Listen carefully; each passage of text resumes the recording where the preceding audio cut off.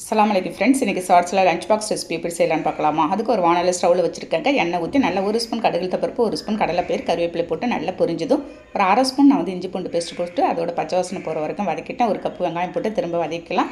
பாருங்கள், இந்த மாதிரி ஓரளவுக்கு வெங்காயத்தை வதக்கிட்டு ஒரு கப்பு கேப்சிகம் எடுத்து நறுக்கி போட்டிருக்கேன். ஒரு 1/4 ஸ்பூன் தனி மிளகாத்தூள், 1/4 spoon garam masala, 1/4 spoon chicken masala சேர்த்துருக்கேன், 1/4 ஸ்பூன் மிளகுத்தூள், ஒரு 1/4 ஸ்பூன் நான் வந்து மஞ்சள் தூள் சேர்த்து கொஞ்சமாக உப்பு சேர்த்து எல்லாத்தையும் நல்லா மிக்ஸ் பண்ணி விட்டுடலாம். எல்லாமே ஒரு 1/4 ஸ்பூன் போட்டுக்கோங்க. ஒரு கப் அளவுக்கு தான் நான் வந்து செஞ்சிட்ருக்கிறேன். கொஞ்சமாக கையாலே தண்ணி தெளித்து நம்ம வந்து அந்த கேப்சிகத்தை வேக வச்சு திரும்ப வந்து ஒரு முட்டை, ஒரு 1/4 ஸ்பூன் மிளகுத்தூள் சேர்த்து எல்லாத்தையும் நல்லா மிக்ஸ் பண்ணி விட்டுட்டு சூடான சாதத்தை ஒரு 2 கரண்டி எடுத்து நான் வந்து சேர்த்து எல்லாத்தையும் மிக்ஸ் பண்ணி விட்டுடலாங்க. இதுக்கு வந்து ஒரு உருளைக்கிழங்கு ஃப்ரை வந்து செஞ்சுருக்கேன்.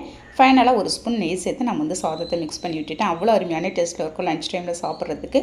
பிள்ளைங்களும் கலர்ஃபுல்லாக இருந்தால் எல்லாத்தையும் சாப்பிட்டு வந்துடுவாங்க.